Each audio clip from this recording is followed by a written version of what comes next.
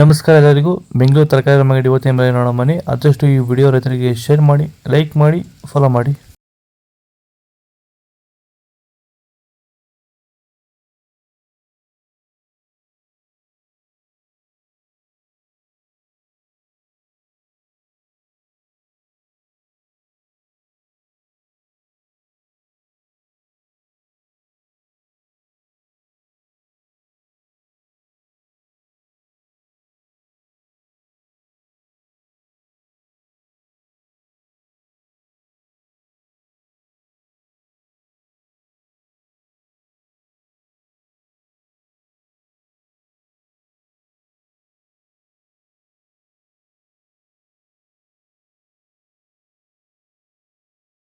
Sir, ಈ beans ಬೆಳೆಗೆ ನೀವು ಯಾವ ರೀತಿ ಮೇಂಟೆನೆನ್ಸ್ ಮಾಡ್ತಾ ಇದ್ದೀರಾ ಸರ್ ನೀವು?